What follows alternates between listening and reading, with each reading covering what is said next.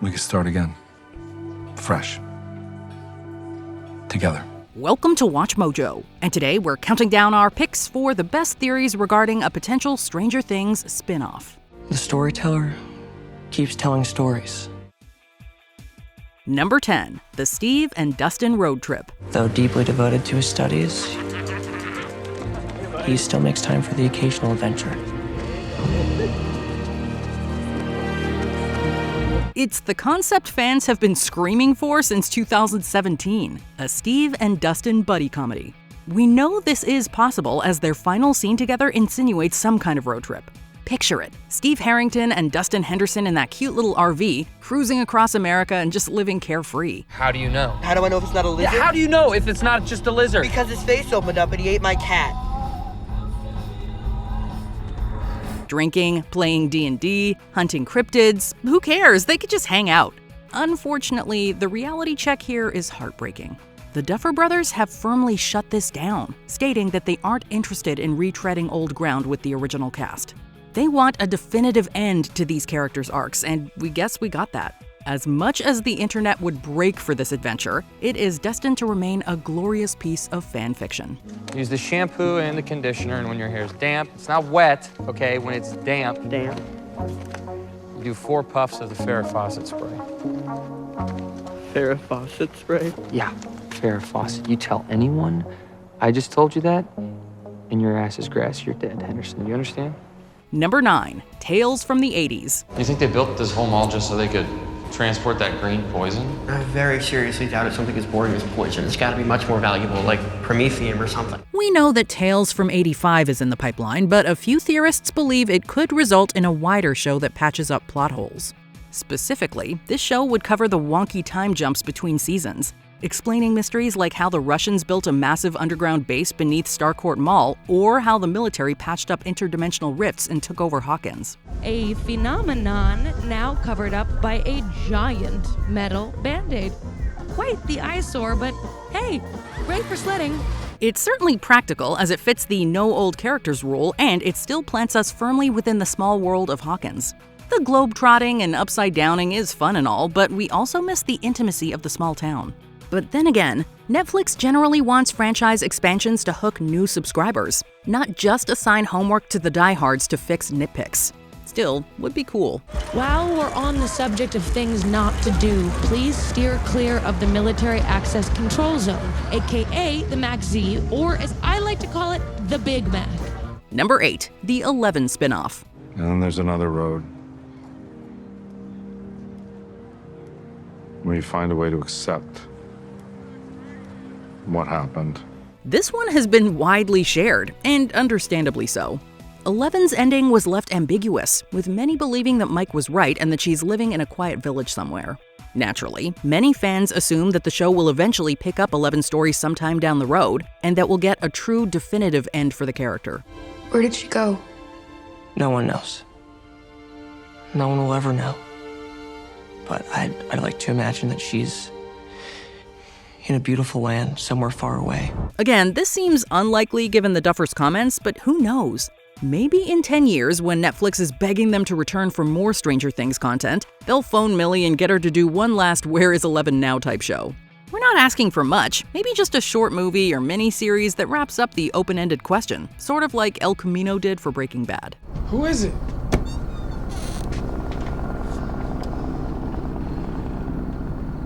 I gotta get that car off the street. Number 7, the Numbers Anthology. How are you feeling today? Okay. Are you up for some more lessons? There's 11, 8, and 1, but what about the rest of Dr. Brenner's class? This entry proposes an anthology series where each episode tracks a different test subject and sees what sorts of powers they received. It's a logical way to expand the lore, offering unique abilities that aren't just someone raising their hand and throwing things around. Maybe one can turn invisible or something. Cow?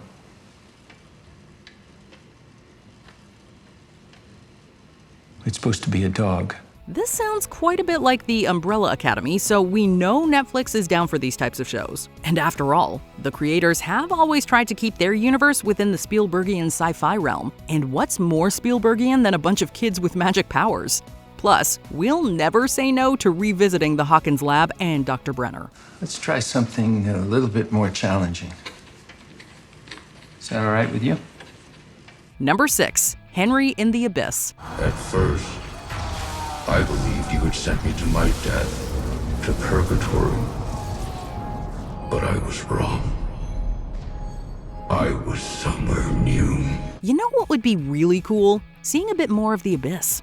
This theory suggests a hard sci-fi survival series set entirely within the alien landscape of the Abyss. Some of the best parts of Season 4 involved Henry's flashbacks, where we saw how he traversed the Abyss, encountered demo dogs, and met the swirling particles that would eventually become the Mind Flayer. I became an explorer.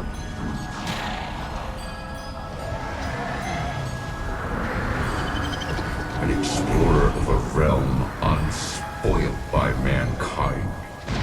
Unfortunately, the show really glosses over this, and all we get are a few 30-second snippets. We would love to see how Henry traversed the Abyss, learned of its ways and geography, and began molding its occupants to his will. Plus, frankly, the more Mind Flayer, the better. Just imagine all the other types of monsters we could meet along the way.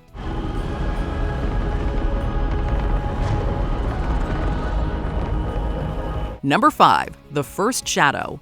Oh my God, Dad! Jesus! His eyes! Not everyone can fly to London or Broadway to catch a stage play. So why not adapt The First Shadow into a limited series or feature film so everyone can enjoy it? The story is set in 1959 and tracks a young Henry Creel alongside high school versions of Joyce, Hopper, and Bob Newby, revealing exactly how the nightmare began. God! It's here, isn't it? It's happening right now! Since this narrative is crucial to understanding Vecna's backstory, keeping it locked behind a theater ticket feels unfair. Many fans also complained that the show did not adequately explain the material from the play, leaving casual viewers confused and alienated. While the Duffer brothers might want to preserve the exclusive stage experience for a few years, a streaming adaptation just seems inevitable at this point. The production, the visuals, the special effects is absolutely phenomenal. Something I've never seen before. Oh, yeah, this one. It's like taking it to the next level. I feel like we just stepped out of a completely different world and went on a roller coaster. Number 4. The Montauk Project. I wish it was the sound of something different. Maybe, squawk of seagulls? Or, waves gently lapping on the beach? Did you know Stranger Things was originally pitched as a series called Montauk? It was heavily inspired by the real-life conspiracy theories surrounding Camp Hero in Montauk, New York. Given that the series finale placed Hopper in that very location, a spin-off returning to the show's initial inspiration feels destined. Picture a noir detective series following the chief as he uncovers deep state secrets on the coast. I had a call from my buddy in the New York days. Montauk's looking for a new chief of police. Town's up and coming, be 20% more. I know that's not big enough for a mansion or anything, but it's significant. But even without Hopper, the setting is a goldmine of ideas. Since Montauk housed the active Air Force Station until 1981, a prequel could follow a new cast of characters uncovering local conspiracies in the late 70s and early 80s. This is prime material to recapture the small-town mystery vibe of Season 1 that many fans are desperate to see again. You gotta give me your word. Nobody's ever gonna find out about this. And those other 3 kids, those boys, you're gonna leave them alone. And I'll tell you.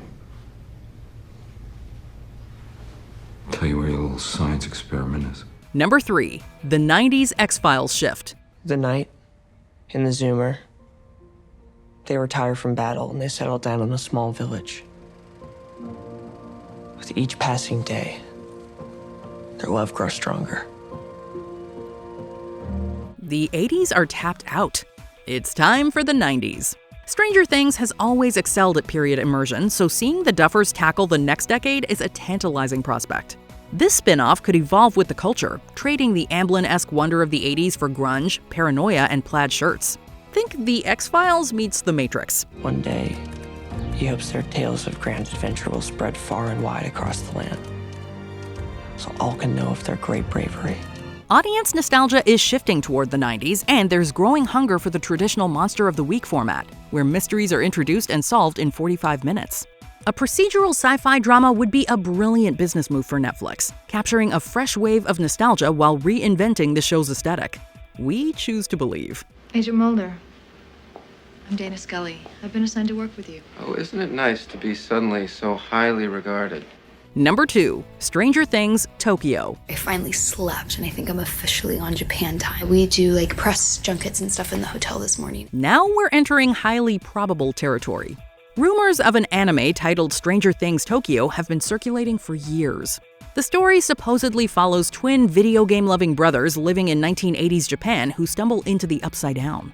Animation allows the creators to go wild with monster designs and global stakes without worrying about the exorbitant costs of VFX. I'm on the plane headed to Tokyo. 携帯電話などの電子機器は機内モードなど電波を発しない設定にするか It also proves the Upside Down isn't just an American problem, which harkens back to the Russia subplot of seasons 3 and 4, which was just sort of dropped. Given the leaks and the confirmation that an animated project is officially in the works, this is one of the safest bets on the list. It's wildly different, culturally fresh, and expands the lore in refreshing ways. We can't wait. We'll fight it with IKEA. It's awesome. Before we continue, be sure to subscribe to our channel and ring the bell to get notified about our latest videos. You have the option to be notified for occasional videos or all of them. If you're on your phone, make sure you go into your settings and switch on notifications. Number 1, The Origin of Evil. How did you find me? How did you find me? And now we come to the spin-off that has actually been confirmed by the showrunners. This one will delve into that mysterious rock that Henry finds in the cave after following the injured man. This storyline directly ties into the first Shadow, so people who have seen it, or at least know the general plot, will already know the answers. Who are you? Henry Creel. I live near here. Who sent you? But as mentioned previously, the show glosses over much of the detail, so casual viewers have no idea what this rock is or where it came from. This spin-off promises to answer all of our lingering questions, and trust us, it's gonna be awesome. We won't go into detail to prevent spoilers, but let's just say the vibes will be very Roswell, very golden age of science fiction. It's a great pick for a spin-off.